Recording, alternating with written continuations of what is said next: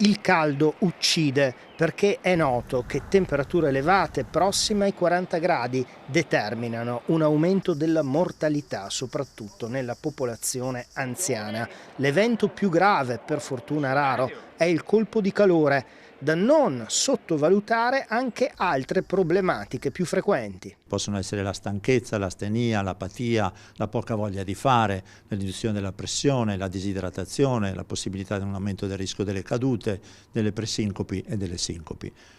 E gli anziani tanto più sono fragili, tanto più sono predisposti a queste cose. Per prevenire i rischi bisogna proteggersi dal sole, cercare refrigerio e bere almeno 2 litri di acqua al giorno. Ma bisogna stare attenti anche alle perdite di liquidi, perché le perdite di liquidi qualche volta sono determinate dai farmaci che prendiamo e che magari vanno benissimo per la maggioranza della parte dell'anno, ma che diventano farmaci a rischio quando andiamo incontro alle alte temperature, per cui attenzione ai diuretici, attenzione agli ipotensivi, attenzione ai farmaci che riducono la nostra capacità di sudorazione. Gli accessi ai pronto soccorso della ULSS 9 attestano che in questi giorni tanti anziani arrivano disidratati, in molti casi sono gravi e vengono ricoverati. Un consiglio anche verso i familiari di questi nostri anziani: una telefonata in più, proviamo a sentire come stanno in questo momento di grande caldo, che per i pazienti più fragili può rappresentare un rischio maggiore di